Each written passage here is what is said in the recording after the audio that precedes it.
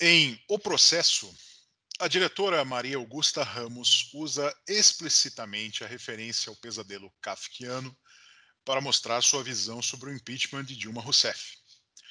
Num documentário sem narração, Ramos mostra que não é preciso uma voz sentimental para expressar sua visão política, como no caso do muito debatido Democracia em Vertigem.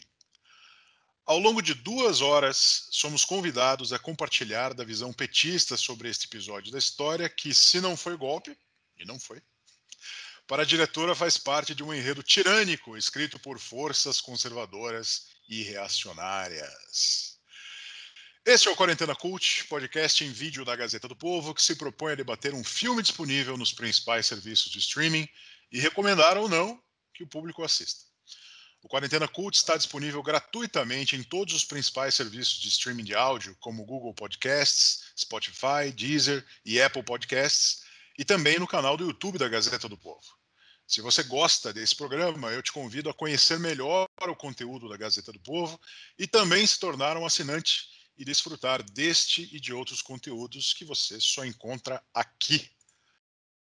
E aí, tudo bem? Ficou show de bola esse disclaimer aí, hein?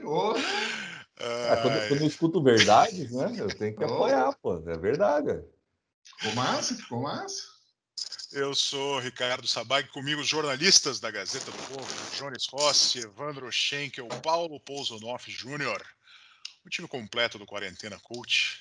Sejam bem-vindos a mais um episódio do Quarentena. E hoje nós vamos falar de um filme chamado O Processo, filme que está disponível na Netflix, um documentário brasileiro de uma diretora brasileira que, no entanto, é radicada na Holanda. Mora Parte muito dela. na Holanda.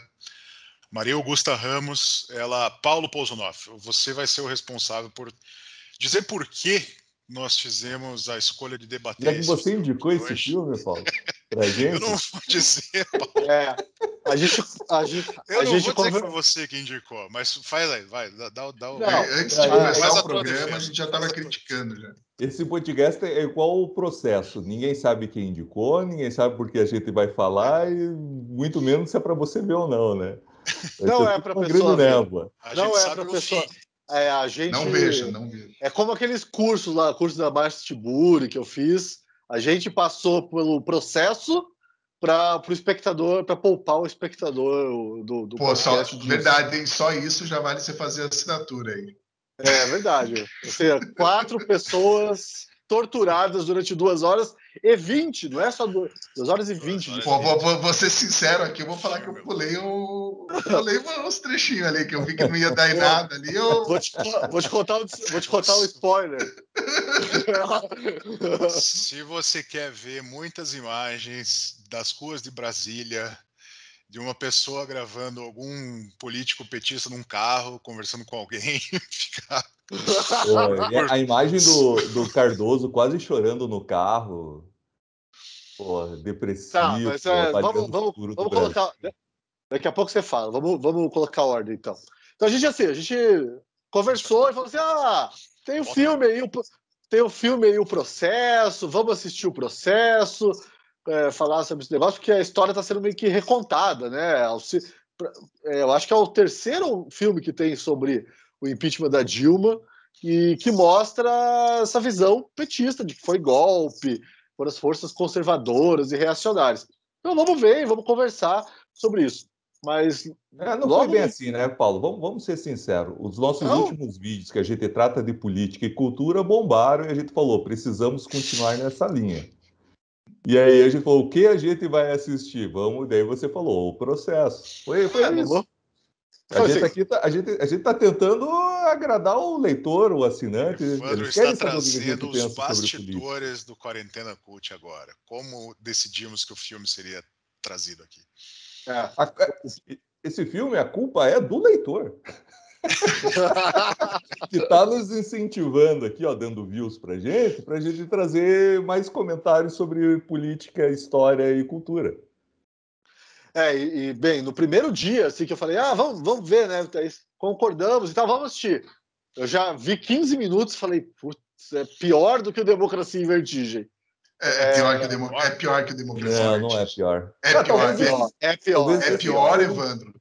Nossa, e eu te digo que de uma escala de 0 a 10 de filmes petistas, documentários ruins, o Democracia em Vertigem está ali com nota 10 na qualidade e esse daí tá com nota 2, cara, porque não é nem um documentário esse filme, né, cara? Tipo, essa guria aí que mora na Holanda, ela devia estar sob o efeito de substâncias legalizadas na Holanda e ela, toca aí, coloca qualquer coisa, faz qualquer edição, porque não. Vamos explicar para quem não assistiu o filme ainda. E não vai assistir, tomara. Para quem não vai assistir. Não faça isso com você. São 2 horas e 20, né, Paulo? 2 horas e 20. De um filme sem narração, de um filme com pouquíssimo caracteres, explicando não tem tiro, tá contando, só tem bomba. Não tem cachorro, não tem criança inteligente. É muita gravação bruta, assim, pouca edição, né? De bastidores, não são os bastidores. Não, e nem são grandes bastidores, né, cara? Os bastidores bosta, né? Do funcionamento, basicamente do funcionamento da comissão especial do Senado, da comissão do Senado que determinou o afastamento da Dilma Rousseff em 2016. Então a história da cineasta qual que é? Ela vive na Holanda ela é de Brasília, ela nasceu em Brasília, vive na Holanda há muito tempo, e aí quando começou o processo de impeachment, ela falou, não, eu preciso voltar para o Brasil lutar pelo meu país. mostrar a verdade, o que está acontecendo por trás do jogo do teatro do poder. Foi essa. Então o filme é muito arrastado, né? O filme tem muita coisa de bastidor.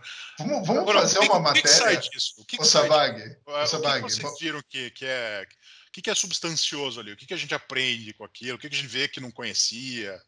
Não tem nada de substancioso. Eu vou ser o contraponto aqui, então. Você vai defender o filme, então. Já sentiu que eu vou ser o contraponto. Eu vou defender que se assista ao filme obviamente, com um olhar crítico. Mas, assim, concordo em tudo isso que está sendo falado até agora. Assim, o filme ele tem, no máximo, uns 15 ou 20 minutos de informação. E daí ele fica lá nas paisagens de Brasília, parado durante longos minutos. É uma bobajaiada sem tamanho. Mas o porquê que eu prefiro esse filme ao Democracia em Vertigem? Primeiro, porque o Democracia em Vertigem é um chororô do começo ao fim. Ai, como eu sou rica. Ai, minha família roubou o Brasil. Ai, sou herdeira de uma construtora. E agora? Será que eu... Né? Ela fica, a diretora, fazendo essa digressão ali, essa terapia fílmica conosco, que não temos nada a ver com isso, só nosso dinheiro que foi lá para sustentar as empreiteiras, né? Cuja família dela foi uma das beneficiadas. Esse documentário, por outro lado, ele é uma ótima metáfora. Ele é uma ótima metáfora porque o documentário se propõe a ser fazer uma analogia com o processo do Kafka, que é um cidadão que é completamente comum e é envolvido, o Estado começa a envolver ele no processo, ele não tem como se defender, não sabe do que é acusado, enfim, e começa todo um labirinto burocrático para ele tentar entender. Só que esse é o que ela acha que ela está fazendo, mas ela está fazendo uma ótima alegoria, não intencional, porém assim ainda ótima alegoria, porque é muito fiel, que ela consegue, no seu contexto fílmico, como diriam meus amigos enquanto eu estou de férias... Estou olhando para o céu, Evandro, toda hora. Eu tenho que lembrar que é porque quando eu estou refletindo, eu estou aqui, eu falo aqui em modo freestyle. Normalmente eu não me preparo, então eu venho aqui e estou refletindo junto com vocês tipo nesse momento. Rapper. Ele está buscando inspiração. Eu vou contar uma história muito legal. É a Dilma... E aí, o que é? Esse documentário ele é uma alegoria perfeita, ele é a representação fílmica do discurso da Dilma. Ele começa sem sentido, ele vai para vários lugares, você não faz ideia para onde ir e termina sem você entender nada. Então, assim, talvez uma das minhas reclamações é não ter deixado a Dilma mais tempo, porque a Dilma é uma delícia, né, gente? Lembrar da Dilma, ver aqueles... A Dilma é uma delícia? Não, é uma delícia. Vai ser a frase que a gente vai colocar nas redes sociais para chamar para o leitor para o podcast. A Dilma é uma delícia. Shake Evandro. Não, mas ouvir a Dilma é uma delícia, né? É você observar... Os colegas desembargadores aqui não estão enxergando todo o potencial ali. O fato é que senti saudade de escutar a Dilma, porque a Dilma assim, era muito divertido de escutar. E eu gostaria de ver mais a Dilma falando. Pior que é verdade, pior que você tem razão. Assim, quando ela começa Parece um personagem da escolinha do professor Raimundo. Exatamente. Cara, ela é um caminhão desgovernado na ladeira que você não sabe o que pode acontecer. E você fica indo, não, será que ela está indo para cá? Não, será que ela está indo para lá? E aquele negócio, né? Evandro, mais respeito com a presidenta, por favor. Não, eu estou sendo respeitoso. Eu tô brincando. É de uma... Assim, é muito comovente, né? É comovente o esforço, né? É envolvente. É como quando você está no cinema assistindo Velozes e Furiosos, sabe? Você fica ali assim, meu, será que ela vai para esse lado? Será que ela vai para esse lado? E é aquela tragédia, né? Um filme catástrofe, né? Então, assim...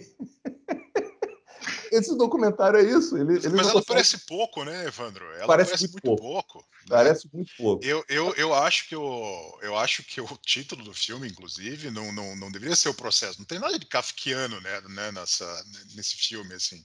Aquilo ali o título do filme é O Sofrimento de Glaze Hoffman e Lidberg Farias por 3 meses.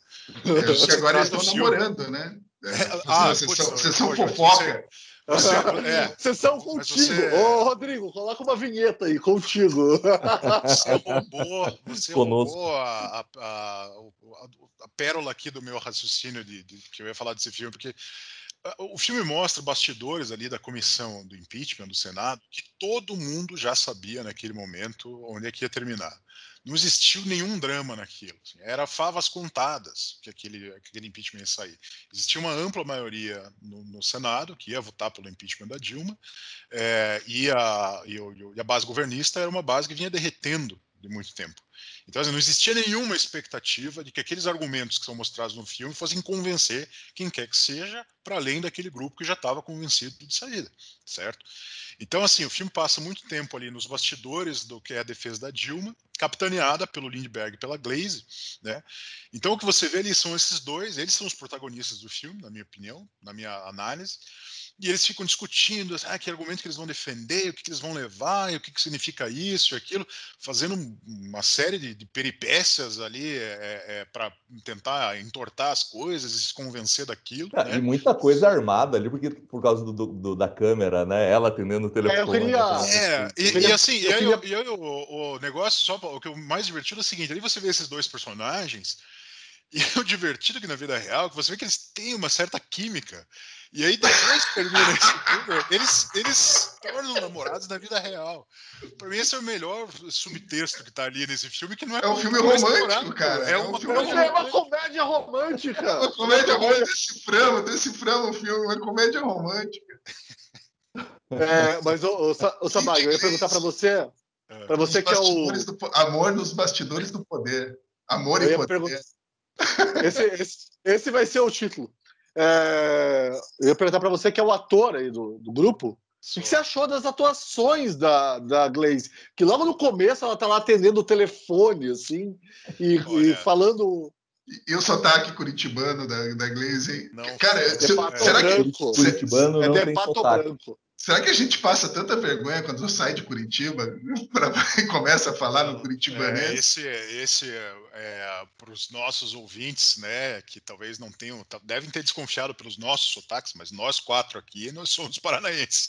Então a gente tem uma certa familiaridade com alguns desses personagens ali. Claro que é a Glaze em primeiro lugar, mas aparece ali o Requião, ex-governador do Paraná e senador, num discurso excelente também na tribuna do Senado. Totalmente excelente. E E uma figura muito importante naqueles anos do poder do PT, que é o Gilberto Carvalho, que é o grande ideólogo do governo ali, que tem uma cena só que representa a síntese, né, do projeto. Todo Carvalho nasceu para ser ideólogo do governo. Hein? Uma coisa que eu achei fantástico também nesse documentário é porque como ele não... Eu não sei se foi só para mim, mas ele não se preocupa a colocar legenda em ninguém. Então, assim, ou você conhece... Imagina, aquilo ali é um documentário que foi para mais de 5, 6 grandes festivais. Então, imagina como é que você passa aquele filme sem você ter a legenda explicando quem são aqueles personagens, né? O espectador então, assim, tem que adivinhar ou saber quem é, senão... Exatamente. Então, a mocinha, a Glaze, o galã, o Lindbergh. O mentor, né? O Man mas quem que é o antagonista? O Gilberto o Eduardo Cunha é o vilão. O vilão, o Cunha é uma espécie de Imperador Palpatine ali, né? Da coisa. Tá, só faltou colocar tipo de trilha sonora esse filme, né? Coloca lá. O pior vilão é um cara, é o Cássio Cunha Lima, ex-governador do Paraíba. Não, é verdade. Esse é um vilão, para você ver a qualidade da trama política. A Anastasia lá também, né? Tem uma... O Anastasia é uma espécie de mentor ali, ele tem uns papéis ali, né? O Então, Anastasia ele assim, não fala quase nunca. Isso é legal. Legal é uma palavra muito forte, mas isso é ok do filme. Olha o Paulo vindo pro meu lado aí. Não, isso é ok do filme. Que ele faz só 5 anos, né, que tudo isso aconteceu. E é curioso ver como assim, o discurso anti-PSDB. Aí hoje o PSDB a gente vê que está ali juntinho com o PT. E isso é interessante. Assim, não acho que o espectador tenha que passar pela tortura. A gente passou pela tortura. Pode mas sim, é divertido, Paulo, é divertido. Isso que eu estava falando ali. Você não tem as legendas, então você fica exercitando a memória. Pô, contra o Alzheimer. Você fica exercitando. Pô, mas quem que é? É verdade, é o Gilberto Carvalho. É verdade, é o Anastasia. Putz.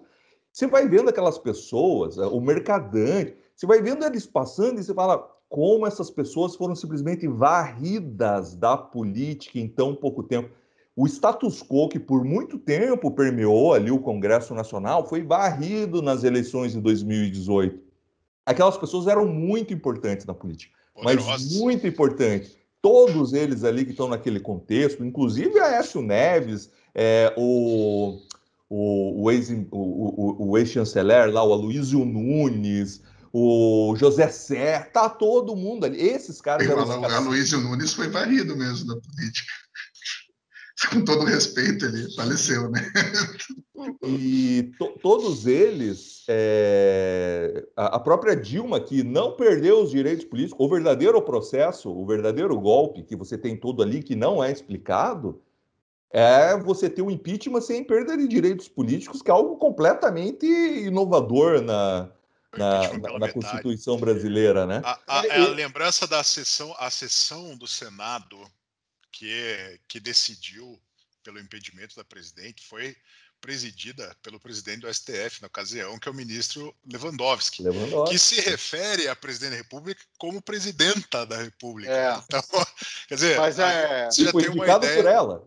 Você tem uma ideia de qual era o grau de relacionamento entre esses dois. E esse cara presidiu a sessão. Não, o Lewandowski foi indicado pelo Lula, né? Pelo governo Lula. É verdade. Indicação da dona Marisa, que conhecia ele lá de São Bernardo.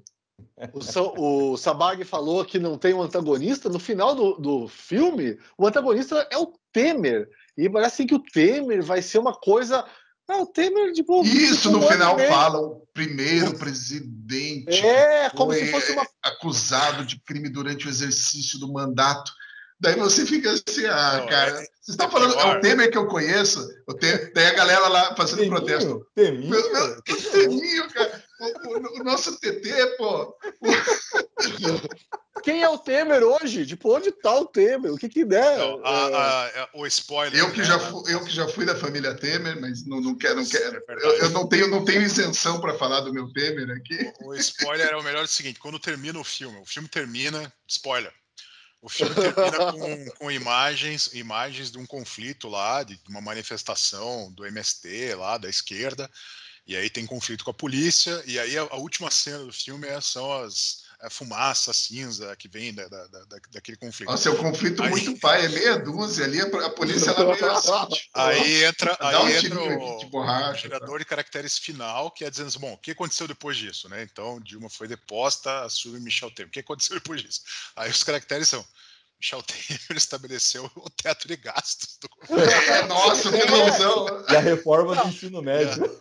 Mas aí eu queria propor uma outra qualidade.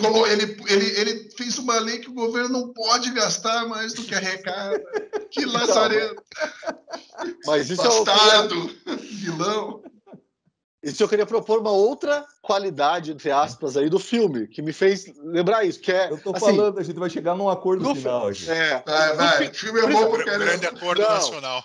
A gente vai chegar num acordo que aquela época foi uma época maravilhosa. É que assim, a gente passou 5 anos muito discurso amenizando as políticas do PT. Porque você fala assim, é comunista, não é. Porque isso aqui. E no final, a Dilma faz um discurso que é absolutamente, como ela fala, a gente é progressista, não sei o que lá. Então, assim, isso para mim foi bom de dar uma resgatada. Porque eu acho que existe um certo esforço de amenizar os discursos e as políticas da esquerda. Faz questão de atacar a imprensa, inclusive. Né, exatamente. E atacar as políticas neoliberais, hoje trabalhista. Paulo, hoje que a gente está gravando esse podcast, o José Genuíno abriu a tumba dele, saiu da tumba e veio falar que deviam regular os meios de comunicação, para lembrar bem quem é o PT. Exatamente.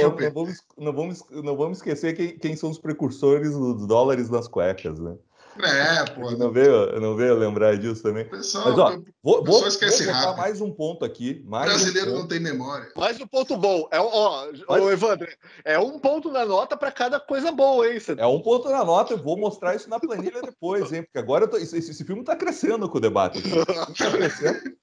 O filme está crescendo. O filme está crescendo. Não, a gente tem que concordar que o filme ele falha no ponto importante que já foi apontado aqui, que é dar pouco espaço para a grande Dilma Rousseff.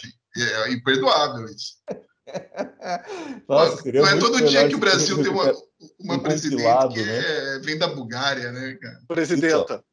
Então, eu vou colocar mais um ponto. Esse filme ele foi lançado em 2018. Provavelmente ele foi finalizado ou no começo de 2018, mas muito provavelmente ele deve ter sido finalizado em 2017, até pelos GCs finais ali, né? Que ele não pega toda a parte do governo Temer, né?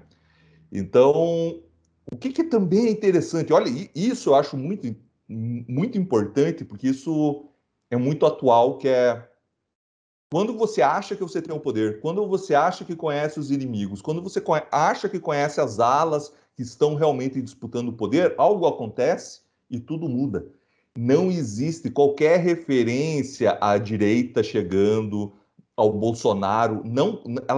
Eles não sabiam, eles não faziam ideia. E aí eu estou falando eles, gente, é um documentário que foi chamado pelo PT para ser gravado, é claro, para ter acesso aos bastidores. Eles, muito inteligentemente, a esquerda sabe trabalhar narrativa e linguagem. Ao mesmo tempo que ela está só no Senado, você tem o Democracia em Vertigem lá no Congresso, ao mesmo tempo que aquelas imagens estão sendo colhidas. Eles estão divididos ali, eles conseguem contar isso. E deve ter mais 2 ou 3 documentários. Devia ter um documentário, Evandro, daí mostra assim, um monte de documentarista em toda a reunião do PT, assim, uns 30 câmeras ali acompanhando os bastidores. E o Lula e o PT não sabem trabalhar com fotógrafos, com narrativas e transformar isso numa linguagem ultrapotente? Conseguem. Então, isso que é divertido, que eles estavam tão embrenhados naquilo, de o PSDB, né, esse governo do MDB, do PMDB, com Temer, e eles não viram o que ia varrer todos eles. Evandro, se você me permite, tem um único momento em que eles têm uma fagulha do que está acontecendo na verdade, que é uma fala da Gleisi, que ela está se referindo a alguma manifestação popular, e ela está dizendo assim, essa manifestação que está acontecendo não é a mesma manifestação de 2013, essa manifestação não é uma manifestação sobre a qual a gente tenha qualquer tipo de controle ou ascendência sobre isso, ela chega a citar assim, é uma manifestação de mulheres. No entanto, a gente não tem nenhum domínio sobre isso, porque o nosso governo não conversou com essas pessoas. É uma manifestação que é contra tudo isso que está aí. Eu não sei se essa eu estou parafraseando, mais ou menos isso mesmo. mas é mais ou menos isso. É a única fagulha que eles têm do que está acontecendo na realidade naquele momento. Porque o fato de que essas figuras políticas sumiram depois, boa parte, o Lindbergh Farias hoje é vereador no Rio de Janeiro. O cara era senador da República. Era senador na República. Né? A Gleisi era senadora, virou deputada para conseguir fora, senão estava presa também. Requião, que é aqui do Paraná, não se elegeu, não conseguiu cargo público. Né? Então, assim, existia uma miopia política do que estava acontecendo e houve essa fagulha de tem alguma coisa acontecendo.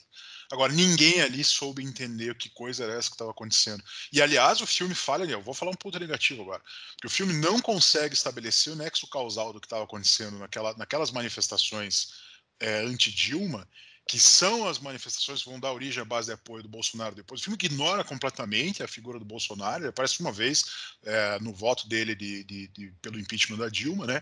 Mas não entende o que está, assim, não aborda o caldo que está dando forma àquilo que vai acontecer. Ignora a Lava Jato, o que estava acontecendo, ignora esforços pela luta pela corrupção. O filme não trata disso. O inimigo não trata do aspecto de corrupção e sem mostrar o Temer, inclusive, né? Quer dizer, nem assim é mal construído, na minha opinião, mal construído. Mas é isso que eu estou falando, é uma alegoria à presidenta. É uma alegoria, é uma narrativa dilmêstica. É uma forma de fazer documentário. Agora eles deviam ter vergonha da Dilma de terem arranjado, por exemplo, se a Dilma fosse uma presidente que fosse popular, estivesse fazendo um bom governo, ela poderia ter feito quantas pedaladas, ter feito suplementação orçamentária que ela quisesse. Porque o grande problema dela é que ela estava enfiando o Brasil num buraco tão grande que foi necessário retirar ela de lá. E isso é tão vergonhoso que, por exemplo, você pega o Nixon, por exemplo. O Nixon, não, desculpa, o Clinton. O Clinton cometeu um crime durante o governo dele. Ele mentiu e não tiraram ele de lá. Porque ele, nos Estados Unidos, que é muito mais sério que aqui, não tiraram ele porque a economia estava indo bem, estava tudo indo bem. Então, a Dilma, assim, eles deviam ter vergonha de falar mas ficar rebatendo em coisas de e o filme, não sei o que foi errado. Não se trata... Sim, tiveram que inventar um negócio praticamente. O filme não trata... O filme fica querendo discutir essas filigranas todas, né? Sim, sim. Ele fica querendo argumentar, o José Eduardo Cardoso, que era o advogado-geral da União, não, porque a suplementação, porque o crédito, o programa... É assim, um debate inócuo político, porque você sabe, inócuo no sentido de que não interessa aquilo, o quanto aquele argumento é pesado ou não. Porque ele vai para um fórum cujo julgamento é eminentemente político. E a Dilma tinha perdido completamente a sua base de apoio naquele momento. Não existia quem fosse salvar ela dali. Ela tentou as últimas coisas, tentou fazer o Lula ministro. A gente lembra desse episódio, que não está no filme, inclusive. Né?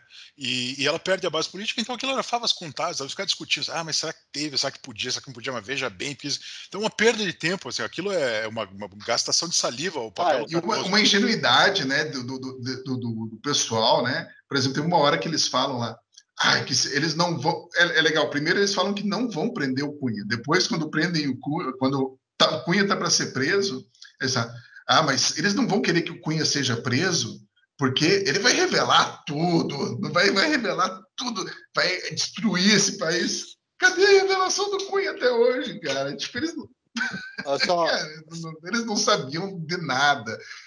Eles não tinham noção. A galera que estava junto ali com a Dilma, Gleisi, Guido Mantega, Jandira Fegali, olha Jandira Fegali, Vanessa Graziotin, o pessoal ingênuo, o pessoal assim que cara, não, como que a gente deixou o país na mão dessas pessoas, cara? Um pessoal muito amador, assim, amador. O PT do Lula não era amador. Não estou que o pessoal falou que Deus lá vai você com o teu carisma do Fidel Castro. Né? Não, mas pô, não dá nem para comparar, não dá nem para comparar. o Sabag falou, né, que filigranas, não sei o quê, e muita energia, né, gasta a troco de nada. Isso é um outro ponto positivo, é uma palavra muito pesada, mas um outro ponto interessante, do documentário, é ver, né, como essa briga política não serve para absolutamente nada, não produz um prego. É só uma discussão que não leva mas a nada. Eu achei, eu vendo lá, Pousonoff, eu achei que o salário do deputado é merecido, viu? Porque o cara... Olha lá, outra, o Jones Rossi polemicão. Cara, porque o cara ficar o dia inteiro naquela lenga-lenga lá, aquela encheção de saco, conversando com aquele bando de desclassificados. Jogando gelo. O cara, pensa bem, coitado do Lindbergh. O Lindbergh ficou tanto naquilo lá que a namorada que ele arranjou foi a Glaze, cara, no final da história. E também vale o mesmo para a Glaze. A Glaze ficou no meio daquele pessoal que o namorado que ela arranjou o Lindbergh. Tipo, olha, tem que ganhar 35, não sei quanto que ganha o deputado, é por aí, né? 35, 40 mil, mais não sei o quê, dá mais 100 mil reais.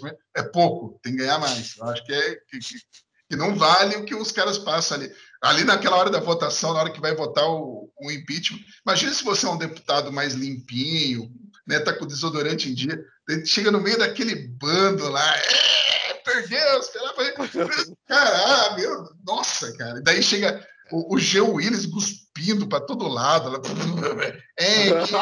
esse governo sexista, não sei o que, um golpe sexista. Ah, não, cara, 100 mil já tá pouco. 35 ali tem razão, deputado, tinha que dobrar o salário. Eu me proponho a pagar mais imposto para aumentar o salário do deputado, que ganha muito pouco. Eu não concordo com o que o Paulo diz, que não serve para nada aquela briga. Aquela briga foi muito interessante. Veja, existem duas versões e as duas versões são ruins. Uma de que o PT tentou negociar com o Eduardo Cunha e outra que o Eduardo Cunha tentou negociar com o PT. O Eduardo Cunha para se livrar e o PT para não deixar o processo do impeachment seguir. Não importa quem tem razão. Não importa. Quem está falando a verdade. Provavelmente os dois estão falando a verdade, né? Mas, quer dizer, provavelmente os dois estão mentindo porque os dois, as outras versões é a que batem, né? E aquilo ali ajudou a destruir tanto o Eduardo Cunha, que sim representava uma política completamente um fisiologismo a sugar as estruturas do Estado, independentemente da linha política, e você tinha uma barbeiragem, uma carreta sem freio, que era a Dilma, né? Então, assim, então daquilo ali saiu um impeachment e saiu um processo uma cassação do presidente da Câmara, algo inédito, né? Eu entendo isso, mas Severino Cavalcante, eu não lembro se ele era ainda presidente. Severino Cavalcante, ele foi cassado também, não foi? Mas eu não lembro se ele ainda era presidente da Câmara ou se ele tinha saído da presidência. Também não lembro. Não, mas o que eu quis dizer é que assim, é tudo briga pelo poder. O nosso espectador, o leitor vai lembrar, vai colocar lá nos comentários. Então, o que eu quis dizer, Evandro, foi assim, tudo briga pelo poder. Pra quê? Pra, controlar a vida dos... Eu não consigo entender isso. Eu já falei mas assim, se não tiver briga pelo poder... Essa busca pelo poder é uma coisa que... Não, tudo bem, é briga pelo poder. Eu não entendo. Mas, Paulo, você não está brigando para controlar a vida dos outros, está brigando para colocar teu primo lá em Furnas, o outro na Eletrobras, o cara numa diretoria do Correio. Eu sei disso, mas para quê? Para quê, pô? No final do ano você vai para Búzios de helicóptero. O teatro político tá. Isso eu falo, ponto em favor do filme. O teatro político está exposto. O teatro político está exposto ali. Que é essa energia que se gasta naquelas comissões, discutindo o relatório. Mas eles põem bem pouca coisa, né, Sabag? Assim, aquelas reuniões do Lindbergh lá. Ok, mas aquelas coisas lá no Senado, você pode ver na TV Senado, na TV Câmara. Aquilo tá. Quem está acompanhando agora a CPI, quem tem essa energia de acompanhar agora a CPI da Covid, está vendo coisas muito parecidas com aquilo, né? Ficam lá os senadores, um interpela o outro, daqui a pouco estão se xingando, dois lá, o presidente pedindo ordem, soltando campanha. A mesma coisa que você vê há 20 anos, 25, 30 anos no Brasil. Isso não é novidade nenhuma. O que seria bastidor de verdade, eu até citei lá no começo, o filme mostra um tipo de bastidor. O que seria bastidor de verdade São aí as reuniões a portas fechadas mesmo, que essas dificilmente alguém ia dar acesso a qualquer documentarista. Que é o sujeito contando lá, fazendo, sabe, tem uma sala de guerra com um cartazinho lá, ele falando assim, quem é que está do nosso lado, quem não está do nosso lado, quem a gente pode trazer para o nosso lado. É isso que conta. Como que você vai convencer o voto a mudar de lado, vir para o teu lado e fazer a tua tese ser vencedora. E como que você faz isso? Infelizmente não é com argumentos. Não é com argumentos que você faz essa briga política. E aí não tem, esse filme não estava sujeito a... E aí ponto negativo para o filme, Paulo Pozzolano. É que o filme, zero. Esse filme, ele sequer levanta esta possibilidade. Ele trata do circo político como se aquela encenação, aquela superfície, essa que chega lá na TV Senado e tal, que fica aquele número de jornalistas indo para lá e para cá, como se isso fosse o que decidisse de fato alguma coisa. Não é. Aquilo é encenação. Aquelas cartas já estão contadas antes de tudo começar. Mas eu gostei que você usou a expressão teatro político.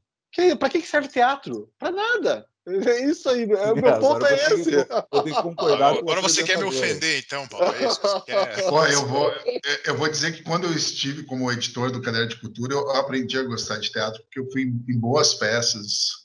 Tem boas peças por aí. Não são todas, mas como tem filme ruim também. O pessoal tem muito preconceito com o teatro é legal. Me atrair, mas... eu acho que tem um outro ponto também, que é, eu queria só voltar, ia ser minha indicação depois, mas de como eles assim, vamos lá, a gente está chegando a um consenso de que eles estavam completamente alienados no poder, à esquerda. E a gente tinha a oposição completamente alienada no poder. Era uma oposição que não queria derrubar presidente, que não queria ganhar a eleição, que não queria ir contra o Lula. Era uma oposição que fazia um oba-oba, mas a gente não consegue entender muito bem. Vamos lá, era uma oposição que, quando fala que quer fazer um grande acordo nacional, tem todos os partidos, que o Aécio Neves estava lá roubando, supostamente roubando, enquanto o PT estava no poder, né? Então, assim, você tinha ali toda uma bagunça. Bom, gente, a própria Dilma era presidente do conselho que comprou uma refinaria que deu um prejuízo de 700 milhões. 700 milhões. 3, de Passadena. De reais. É um negócio que é assim, você tem que ser profissional na ruindade. Você tem que ser muito bom nisso. Você tem que ter uma qualidade para o erro que exige muito treino. E a Dilma era essa pessoa, tipo assim, sabendo que era impossível, ela foi lá e fez besteira, né? Mais ainda do que poderia. Só que mesmo imagina um The Office com a Dilma. Cara, ia ser muito bom, né? Ela, tipo, aquelas caras do Michael Scott. Assim. O filme tem isso. Aquela passagem lá da congressista francesa. Essa parte é boa. Nossa, que delícia isso, gente. A Dilma falando espanhol. Isso. A Dilma falando espanhol é muito bom também. Não, um Frentinhol ali, né? Olha, tem uma cena que é completamente isolada. Vem uma deputada francesa, a gente sabe que tem socialistas na França que admiram muito, né, o PT e tal, e ela vem para o Brasil e pinta um cenário horrível, tipo, olha, a imprensa europeia não está preocupada com isso aqui, tá todo mundo querendo saber da Olimpíada e, desculpe, mas não vai dar boa. Então. E aquilo vira uma conversa de doido. Porque a Dilma fala outra coisa e de repente alguém começa a falar espanhol, alguém responde em francês. O que é isso? O que eles estão gastando? Cara, fala aí, tem que dar. Ó, o Evandro falou mal dessa fórmula de documentário espertinho da Netflix. Cara, imagina esse material bruto na mão daqueles caras que fizeram se tornar um ditador. Cara, ia ficar muito massa, meu. Tá muito bom, os caras botando legendinha, com setinha nas pessoas. Fazer as animações. Mas o meu ponto é que, mesmo eles sendo profissionais do despreparo, ainda assim, eles têm um controle da história que é atual. Então, eu estava lembrando aqui, enquanto a gente falava, e eu trazendo nas minhas recomendações finais, os documentários feitos com Lula, o filme feito com o Entre Atos, mas tem o Peões. O Entre Atos tem imagens realmente de bastidor. Dentro da sala com o Dirceu ali mandando na nação, assim. É bem interessante, é um documentário bem interessante, assim, mas você vê como eles dão acesso, eles trazem. Melhor o Intratos. O Intratos né? é bem melhor. E vamos lembrar Nossa, que. entre atos é show de bola. Mas tem um outro, o do Coutinho, o documentário Peões, que esse é forte. Não, Eduardo Coutinho, né, cara? Melhor documentarista da história do Brasil. Isso, assim, mas é um documentário apaixonado pelo Lula, mas bem construído, e quando você vê ali o Lula sindicalista ser construído, mesmo assim, o que eu quero dizer é como eles conseguem sequestrar a história, porque a história que vai ficar daqui a 5, 6 anos, veja, não é o PSDB, Aloysio Nunes, Serra, não é esses caras. Você vai ter Cássio a história. Hã? Cássio Cunha Lima. Eu tô de cara. O cara parece tanto.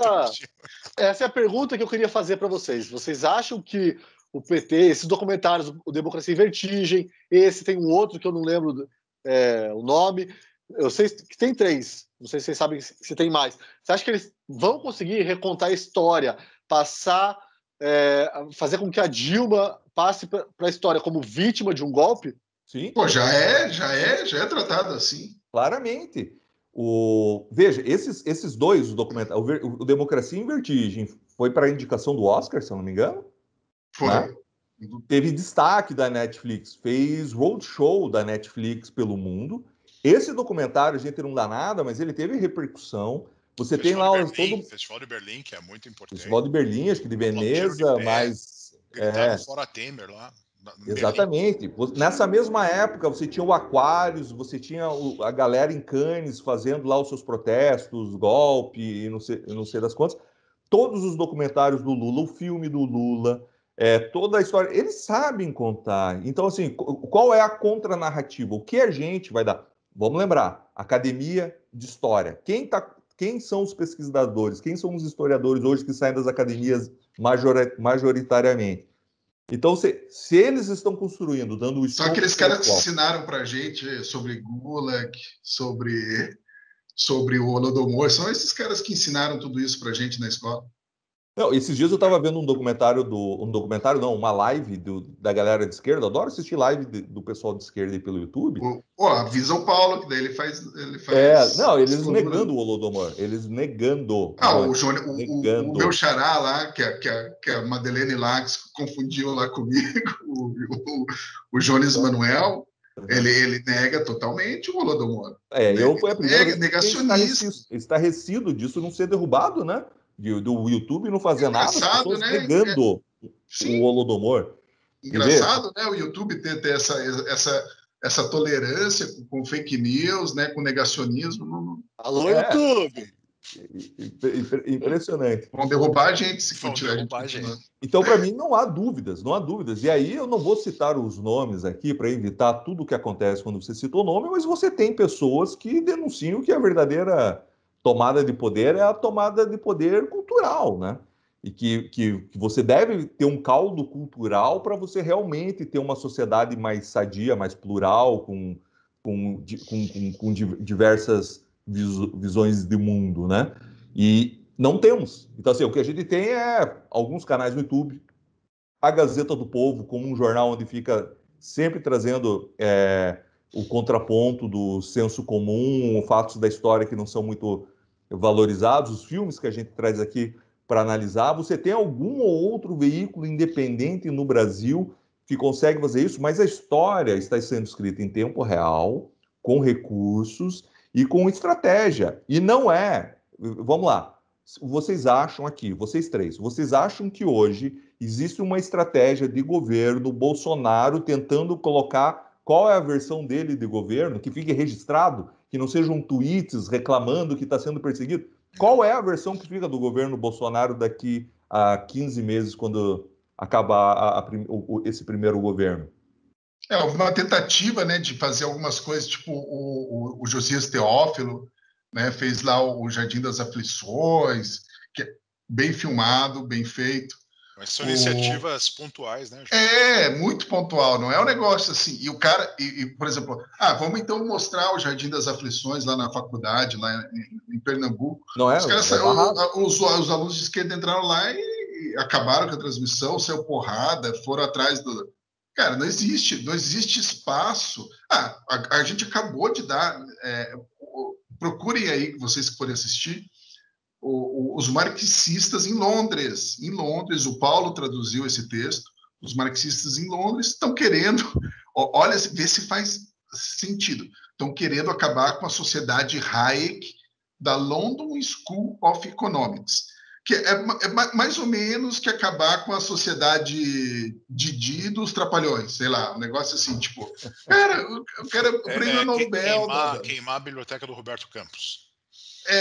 Não, é um negócio assim, absurdo. Esse o espaço, essa a tolerância que tem. Queimar livro não está longe de acontecer. A guria lá nos Estados Unidos, outro dia, sugeriu queimar o livro da Abigail Shrier, que a gente fez matéria aqui, o Irreversible Damage, que é sobre a epidemia trans entre os adolescentes.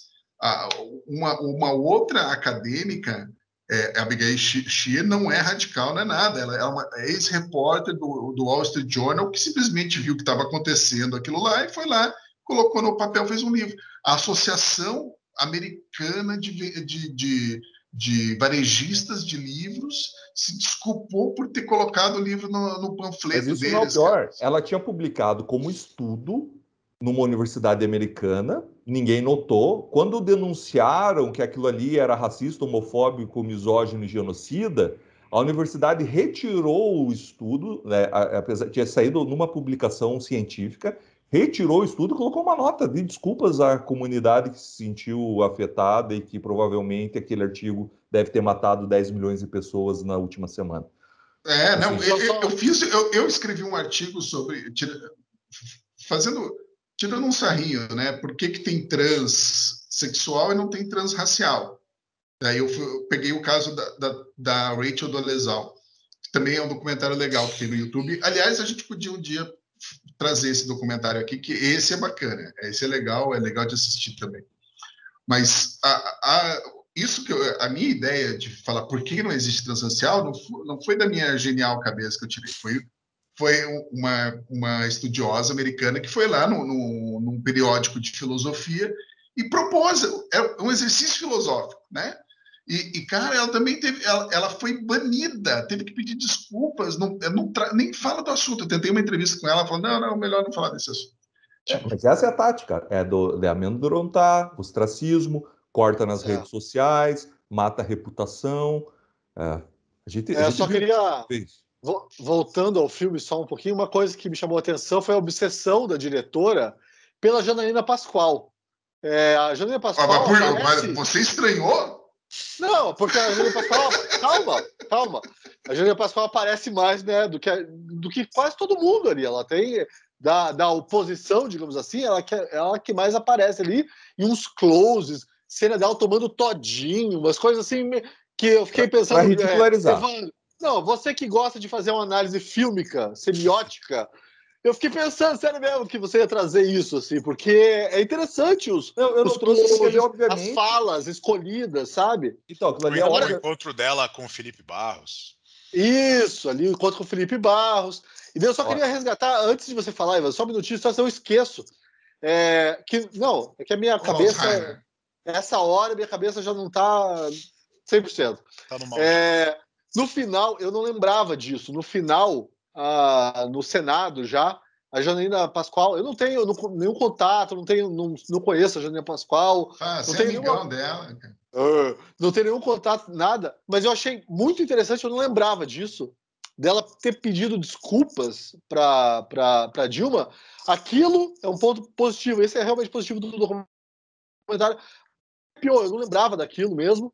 Eu achei, cara, eu vou falar uma coisa para vocês, talvez vocês não concordem, mas eu vou falar mesmo assim. Na política dos últimos 10 anos, para mim, aquele discurso foi o discurso mais nobre que eu já vi na política dos últimos 10 anos. Assim, aquilo realmente eu achei muito, muito legal. Mas, enfim, eu precisava falar isso. Então, eu acho que isso une duas coisas. Eu não ia trazer porque é, obviamente, para ridicularizar a Janaína Pascoal, e qualquer um seria ridicularizado pegando takes despropositados. O jeito que ela faz a montagem do discurso, eu concordo com você que o discurso dela é de alguém que... o mal que... Veja, tem um pouco de Gorgias ali, né? Ela precisa fazer um dano, mas quem está sendo afetado não é a Dilma, é ela. Então, por isso ela pede desculpa, porque a dignidade em si, ninguém pode te tirar a dignidade ou te afetar como você mesmo. Então, se ela precisa machucar alguém para agir no que é certo, ela está tentando pedir desculpa para tentar, de alguma forma, aliviar, porque ela sabe que ela tá cometendo, como que eu posso dizer, mas ela está desrespeitando a sua própria consciência, quer fazer mal aos outros. Então é interessante, né? Dá para fazer uma análise muito boa naquele discurso, né? Que é o caso do você prefere ser um ditador ou você prefere sofrer a violência de um ditador? E no debate ele fala, eu prefiro sofrer, porque eu continuo sendo quem eu sou. Se eu machucar alguém como um ditador, eu deixo de ser quem eu sou, porque agora eu machuco pessoas. Né? E machucar outras pessoas me torna menos humano. Então, não tem problema eu sofrer uma injustiça, o problema é eu praticar uma injustiça. Sim. Mas você acha que esse trecho foi incluído? Que é um trecho que, assim, realmente me emocionou. Não, foi incluído. Foi incluído para ridicularizar? Foi incluído para ridicularizar ela e porque o discurso do Cardoso é uma retórica perfeita. O cara é muito rápido, né? Você vê o jeito que ela é dita, que ele só olha, pegou o ponto central da fala, chega lá e fala faz que ela uma foi resposta. Torturada, né? Exatamente, exatamente. Ele vai com uma desfaçatez ao que está sendo dito, né? Como se o Saddam, né, falasse, estou fazendo isso, sabe? E tentando comparar coisas incomparáveis, mas é óbvio que no jeito que foi construído, parece que ridiculariza. E é isso que é o melhor, porque agora o Sabag mostrou, lembrou da questão da entrevista com o Felipe Barros. Todo mundo que era do poder foi varrido. Esses personagens, ela foi a parlamentar mais votada da história dessa nação e está sendo ridicularizada no final de 2017 pela esquerda. Felipe Barros é uma das novas caras que apareceu no Congresso ali, está sendo ridicularizado pela esquerda. E onde que estão essa galera? Onde está toda essa galera, né? Acabou que teve que sentir a força vindo por detrás sem ver, né? E tentei ser o mais polido possível. A força política. Foi um lobby. Forças políticas. As forças do teatros excelso da política. Ocultaram-se e revelaram-se num lugar bastante específico. É a cegueira, uma cegueira. E é isso que eu falo, é delicioso apreciar essa cegueira, gente. É delicioso apreciar a falta de talento, de direção. Então você gostou do filme? Você gostou? Eu gostei. Para mim foi prazeroso. Ao contrário de vocês que não aguentaram, eu curti. Eu sofri. Curti cada minuto. Eu vi inteiro, mas eu sofri. Mas, Evandro, sabe o que eu não aguentei do filme? O que eu não aguento do filme é que cenas que não fazem sentido nenhum, tipo, fica lá. Tipo aquele traveling, e daí. É a Dilma não, eu sei que é alegoria, mas. Do cachorro. A figura oculta. Cara, é isso. isso. Você tem a figura oculta ali da Praça dos Três Poderes. Entende? Não, e aquelas cenas que podia estar lá no SBT Notícias, lá no final da noite. Deixa lá assistir o SBT Notícias. Está lá aquelas cenas. Não tem nada de bastidor, não tem nada. E assim, se ela tivesse um pouco de talento, não digo nem de filmagem, de edição, né? Porque a qualidade é boa, tal. Pegou lá a câmera, deve ter ganhado lá um edital bom lá para fazer. E daí a câmera é boa. A edição dói.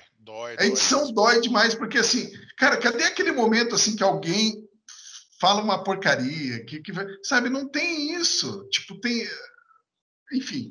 Não, porque na edição, eu citei aqui o Roberto Requião, eles dão destaque ao discurso do Requião no dia da votação do impeachment, que é assim, anacrônico, como é o Roberto Requião, já se tornou uma figura política anacrônica nos últimos anos aí da sua carreira, né? Agora, inclusive, está saindo do cenário de vez aqui no estado. PT, né? Mas assim, isso eu concordo, Jones. Eu acho que as escolhas da edição são escolhas muito ruins. Eu suponho que pelo tanto de coisa que eles gravaram, e só devem ter pego todos aqueles depoimentos brutos e tal, deveria ter algum material ali que fosse bem melhor escolhido para se tornar o filme um pouco mais interessante. Agora, são trechos longos, não são só essas cenas aí o cenário de Brasília, uma rua, um carro, né? Alguém dentro de um carro sem falar nada que importe, fazendo uma conversa mole, fiada com alguém do outro lado da linha e tal. As próprias falas ali dessas pessoas que se sujeitaram a falar em frente às câmeras são a maior parte daquilo é dispensável na edição. Esse filme, se a gente fosse editar ele porque realmente interessa, e tem pontos que interessam, eu acho que, por exemplo, ele demonstra a esquizofrenia do cenário político desses últimos anos, assim, como forças novas criaram, outras desapareceram, e quem era quem ali, né? O filme mostra muito en passant a figura do Lula, por exemplo, né? O Lula estava vivendo aquilo ali, o Lula estava para ser preso naquele momento, né? Disso tudo decorreu na eleição presidencial, influenciou a eleição presidencial depois, né? O filme ignora, se a gente fosse extrair o essencial desse filme, daria quanto tempo? Um filme de quê? 15 minutos? 20 minutos, se tanto, por aí, né? por aí. Então, assim, tem muita coisa, muita energia. Aquilo que o Paulo falou, muita energia, muita fala ali, que eles ficam debatendo o argumento jurídico. O Cardoso vai fazer defesa lá no Senhor, uma defesa que não vai dar em nada. Não vai dar em nada. Aquilo ali não muda nada no contexto geral das coisas. E enquanto havia outras coisas assim acontecendo que mereceriam um olhar diferente, se você quer realmente contar esse episódio da história do país de uma forma menos apaixonada, né? Eu prefiro Democracia em Vertigem, porque o Democracia em Vertigem eu acho mais honesto. A que ponto chegamos? Eu acho mais honesto. Eu também acho. O Acho mais honesto porque esse filme ele ainda tem uma tentativa, né, de passar... De imparcialidade, de ser assim, não, eu só estou aqui mostrando. Tal. Só estou Democracia mostrando. em Vertigem, pelo menos, e o Democracia em Vertigem, para mim, revela muito mais coisas. Até nem que seja para revelar uma mentalidade, que é essa mentalidade... Não é imparcialidade, eu falei a palavra errada, é objetividade. Ele tem a pretensão de ser objetivo, ele não é. Isso. Olha, então eu digo aqui, como analista fílmico que sou, se você assistir esse filme e achar que existe qualquer objetividade nisso... Não, ele pretende. Ele quis dar um ar assim, nossa, a gente é chique. A gente é objetivo. Se você, como espectador, ficar com essa sensação... O filme começa, se eu não me engano, acho que é a primeira cena.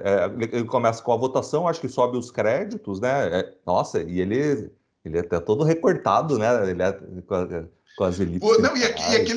E os fade out, cara.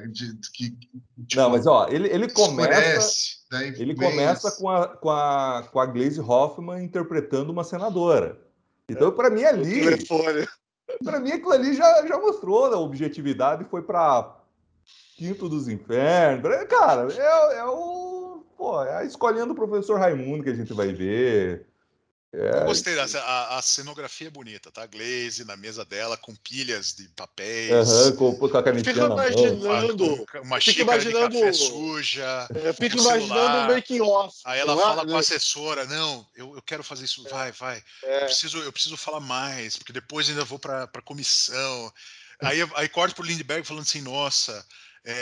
esse negócio todo a gente não come, né? Uma hora ele fala assim, né? É difícil da gente conseguir se alimentar durante isso aqui. Ô, Sabag, não a gente não falou. Não é assim que ele fala. Ele fala assim, ó. A gente falou aqui do Spielberg. Você lembra do documentário do Spielberg, ele dirigindo o Liam Neeson? Eu fiquei imaginando essa diretora dirigindo a Glaze, entendeu? Agora pega o telefone, olha, fala... Olha para o infinito. Olha para o infinito, para o horizonte político. Isso, morde um pouco. Quando estiver perto do Lindbergh, morde um pouco o lábio.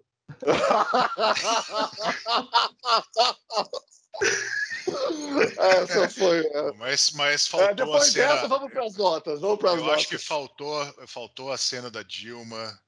olhando pela janela do Palácio do Planalto, um dia antes da votação final, mirando o horizonte, e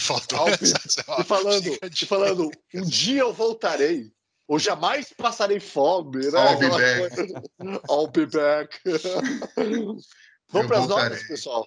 Então é isso. Então esse é o processo que está disponível na Netflix. Essa nota vai ser difícil. Essa nota é difícil, cara, porque... Agora, um dos documentários que mais me proporcionou diversão agora na discussão do negócio aqui. Eu acho até injusto dar uma nota baixa Então, em qual escala você vai usar para dar nota, né? Eu vou dar... Não, fílmica. eu tenho que pensar em relação aos outros filmes, né, que a gente trouxe aqui, né? A escala fílmica. 2 pela qualidade, mais 2 pela diversão, nota 4. Tá bom. Paulo. Eu vou dar 1 pela qualidade e 3 pela diversão. 4. Eu vou por aí também, viu? Eu acho que as imagens são bonitas, né? Mas a edição é horrível. A versão é uma versão bastante romanceada. Que adianta ter imagem bonita e mostrar mas é muito o longo. Lindenberg. É muito longo. Nota 4. Bom, eu vou dar um 9 invertido. Vou dar 1. Porque... 9 invertido não é 6? 9 invertido é 6. É o 9 de trás para frente, é isso? Agora isso vai virar aqui um paredão contra o Evandro, porque ele está se atrapalhando nas palavras. Vocês entenderam? É como se fosse um 9, mas no mundo invertido. Ah, tá. Como se fosse Então, ela tirou 1, porque esse documentário é horroroso, ruim, com uma mensagem enviesada, mas que diverte. Então, assim, é quase um prêmio framboesa. Você ganhar, você é nota 10 ou é nota 0? Então, o Evandrinho aqui, o Evandro Schenkel Sensei, que eu vou mudar meu nome, né? Já são 60 e poucos episódios que meu nome é escrito errado aqui. Isso só prova teu desapego a essas coisas. Eu vou mudar meu nome. Material. Qual é a sua nota? Até agora eu não entendi. Qual é a nota? 1. Não, calma aí. Você falou super bem do filme, apontou várias qualidades, você vai dar 1? Vou dar 1. Isso. É um raciocínio. Deixa ele com a nota dele. Tá bom, na cabeça dele faz sentido. É que nem o. Depois que você assiste o filme, dá pra sair meio torto das ideias mesmo. Eu tô dando um raciocínio de Dilma Rousseff aqui para vocês. Tá ótimo mesmo. Entendeu? Foi ótimo. O filme que ganhou nota 1. O único filme que ganhou nota 1 até agora foi aquele É o melhor documentário ruim que eu assisti nos últimos 4 anos. Então... Calma aí, mas é melhor do que aquele... Eu quero fazer um desagravo. Eu quero fazer um desagravo ao Paulo Bolzonoff, que antes de começar aqui o programa, eu falei, Paulo, não traz filme ruim, que vai dar... O nosso espectador não vai querer assistir, a gente vai ficar falando mal do filme. Mas, cara, rendeu um episódio sensacional. Uma discussão muito boa. Traga mais filmes ruins, Paulo. Fica à vontade. E agora, eu não ia culpar você por trazer, mas como deu certo, agora estou... então tá bom. Na verdade, estou elogiando a sua decisão. E o nosso espectador... E pedindo desculpas por criticar antes do programa. O nosso espectador, manifeste-se nos comentários, nesses diversos canais aí, a gente vai ver. Eu preciso só uma trivia aqui, uma trivia não, um detalhe pitoresco muito importante. Esse não é o pior filme que nós trouxemos no Quarentena Cult. Não é. Não, mas essa nota foi 13... 4, alguma coisa? A nota ficou 3,25, mas existe um outro filme que também foi trazido pelo Paulo, Fútil e Inútil, que tem uma média de 3,25. Então ele empata, ele não é... Ele empata. Tem um diálogo. Não. Mas o Paulo não pode ser criticado pelo filme de hoje, já digo. Não, ele não está sendo... Eu estou só falando só um detalhe pitoresco da nota aqui. Esse filme que a gente está aqui fazendo loas, ele foi tão ruim quanto um filme que o Paulo trouxe. Eu trouxe Fútil e Inútil para gerar uma discussão agradável, mas nem sempre dá certo. Fútil e Inútil. Nem sempre dá certo. Nosso espectador, que eu estava dizendo que a gente acompanha lá os comentários que vocês fazem. A gente acompanha. Digam nos comentários se vocês gostam dessa linha ou se vocês preferem que a gente volte a discutir os filmes de ação do Jones, alguma coisa assim. Nós somos escravos do nosso público, então o que vocês indicarem aí, a gente faz. Em contrapartida, lembre-se de assinar. Gostou desse conteúdo? Achou divertido? É caro fazer isso. Lógico que nós somos 4 profissionais só que estão aqui, parece pouco. É só um bando de amigos se divertindo. Não, somos 4 profissionais, jornalistas com 20 anos, num projeto da Gazeta do Povo, que pagam nossos salários, temos milhões de atribuições no nosso dia a dia. O Jones deve ter editado 500 matérias hoje, o Paulo faz a alegria de vocês com textos cada vez melhores. A gente está lançando, eu não sei se é agora ou na próxima, a gente está lançando, isso daqui é atemporal, um novo produto com o Paulo Pozonov no YouTube, o Pouso Show. É sexta então, assim, agora. A gente tem o Hora do Strike, que é o programa que pega vários influenciadores do YouTube para discutir política. A gente tem um time de 70, 80 jornalistas. A gente tem o time em Brasília, 6, 7 pessoas lá em Brasília, 40 colunistas. É muita gente envolvida para a gente conseguir trazer um conteúdo aqui que pode parecer feito um pouco nas coxas, meio mambembe, mas na verdade tem muita coisa por trás e nós ficaríamos honrados se vocês avaliassem, pelo menos, concluir o processo de assinatura da Gazeta do Povo, que é muito mais simples, não leva 2h20, com 1 minuto você já fez a assinatura da Gazeta do Povo, 20 e pouquinhos reais, bem pouquinho, R$22,90, não me lembro certinho qual que é o preço. Evandro, vou fazer um negócio legal aqui agora. Quem quiser pode mandar um e-mail para mim, jonesr@Gazeta do Povo, que eu mando o link para vocês. Vocês assinam direto por esse link e ganham um e-book chamado As Atrocidades do Comunismo que você não aprendeu na escola. Perfeito. Se assinando por esse link, você assina, você ganha esse e-book. E esse e-book tem a história do Trofim Lysenko, tem a história da Grande Fome de Mao, tem a história do Holodomor, tem a história dos gulags, da Ilha de Nazino, tem várias coisas ali que, com certeza, algumas você já ouviu falar, outras você não ouviu. Então, é um material muito legal de você conhecer, ter em mãos. E quem assinar por esse link recebe, assinando ali, Perfeito. recebe. Então, manda um e-mail para o jonesr@gazetadopovo.com.br. Se ele não te responder, eu cobro ele. Você pode entrar daí no site da Gazeta, assinar e depois falar para ele: Jones, eu assinei, me manda esse livro aí, por favor, faça o que você prometeu. Isso aí. Tá bom? Vamos para as indicações. Indicações. A minha vai ser. Jogo rápido, vamos lá. Vou começar que a minha vai ser bem rápido. Foi o que eu assisti no fim de semana. Superman 1 e Superman 2. Assista. Opa, Richard Donner. Você assistiu qual versão? A do diretor, versão do diretor que tem na HBO Max. Eu tô louco para assistir essa versão, cara. Eu não sei qual é a diferença, porque eu não sou. Não, é bastante, tem bastante. Mas eu lembrava muito pouco do 1. Eu confundia muito os dois, assim.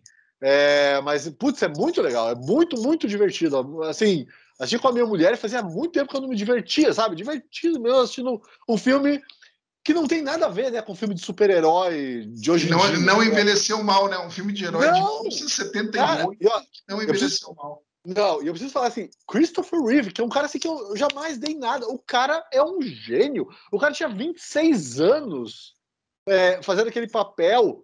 O cara tirar o óculos assim, ele vira outra coisa. É um negócio. O óculos é a chave dele. O óculos é a chave. É incrível que o pessoal tira sarro, né? Aí ninguém reconhece por causa do óculos. Mas são duas pessoas totalmente diferentes que ele consegue fazer simplesmente tirando o óculos. Tem uma hora que ele sai do apartamento da Lois Lane e ele tira o óculos não, antes de entrar no apartamento, ele coloca o óculos, ele vira o Clark Kent. Cara, é incrível aquilo lá. 26 anos! 26 anos ele tinha. É impressionante isso, cara. Não, ele é o super-homem. Eu lembro que quando ele morreu, eu estava no JT, eu escrevia no Caderno de Cultura. Eu acho que foi uma das poucas vezes que o JT deu manchete para coisas do Caderno de Cultura, assim, super manchete, que era morre o homem que nos fez acreditar que voar era possível. Era a chamada. E uma foto dele voando. Assim, cara, ficou muito legal. E para quem gosta de comédia, o 2 é cheio de one-liner. É cheio. Quase um stand-up. Assim. O Gene Hackman só solta one-liner assim, o tempo todo. Então, porque aí já é muito mais... eu acho que ele deve ter dirigido só uns 40% do número do 2 ali. Porque o projeto ele é muito retalhado pelo estúdio. Muito, assim. Então... A própria volta lá da Terra, né? Ele tem que fazer. Assim, então assim, eu imagino o Richard Donner com aquele elenco fazendo o filme que ele queria ter feito. Mas eu vi a versão que tem na HBO do 2 também é a versão do diretor. Sim, não, mas daí deve ser a do Richard Lester, né? Não é o Donner? O 2 o 2 começou com o Donner e foi pro Richard Lester. Tá. Mas ele não tem assim, é com o material que ele tem, né, Paulo? Isso que eu quero dizer. Imagina ele ter filmado que ele seria um filme. Tanto que o 2 é bem mais piadista, o 1 é muito mais sério, né? Ele ia fazer um universo frio e realista e sombrio que a DC está tentando até hoje e não consegue. Melhor filme de super-herói. É isso daí. Porra, foi tão traumático assim minha... Roteiro do Mário Puzo. Música, cara, a música do John Williams. Eu sei que é chovendo molhado, mas essa música é um negócio que me arrepia, cara.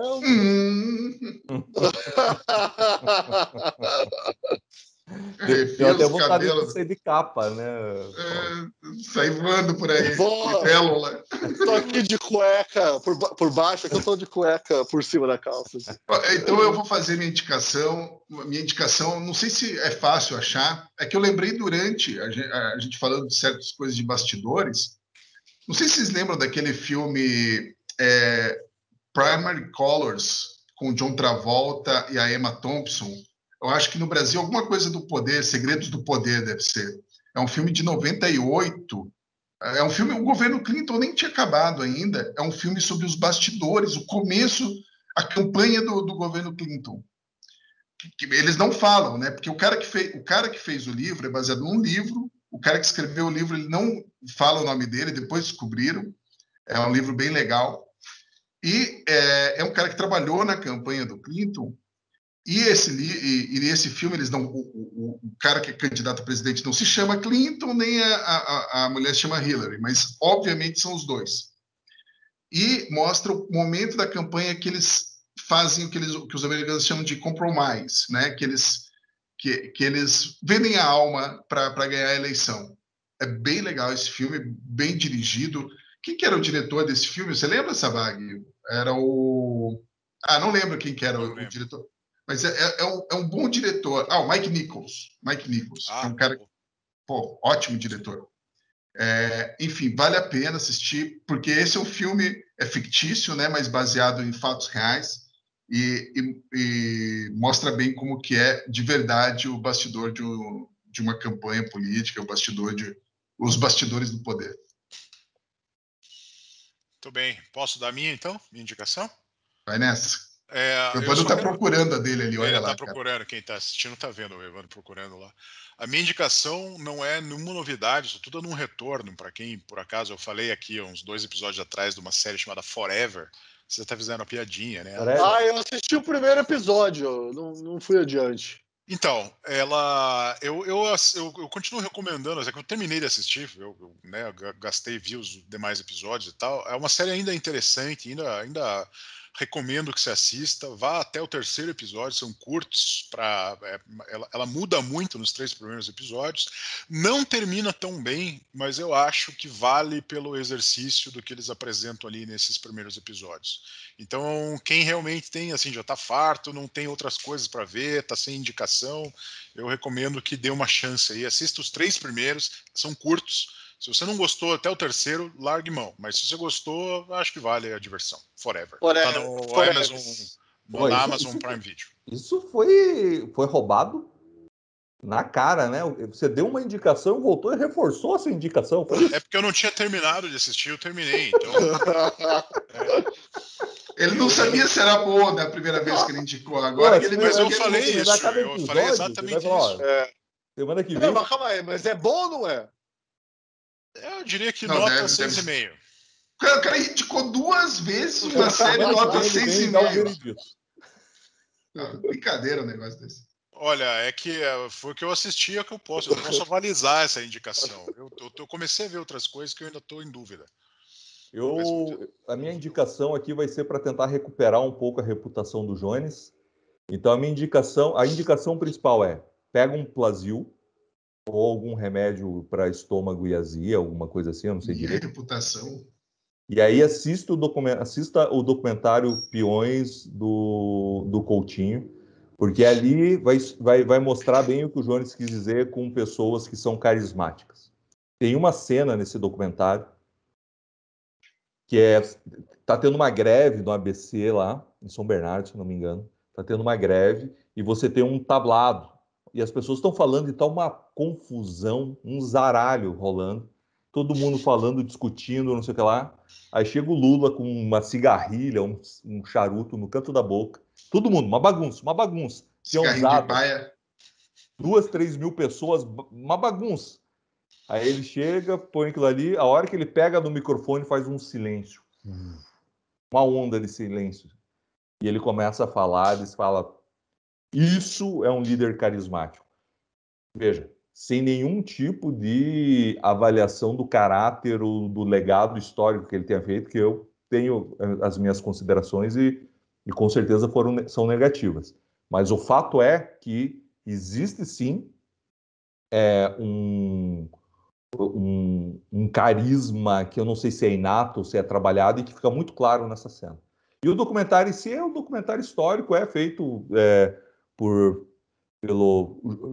pelo Coutinho, que é um grande documentarista, mas é um grande documentarista com a sua visão peculiar de mundo também, né?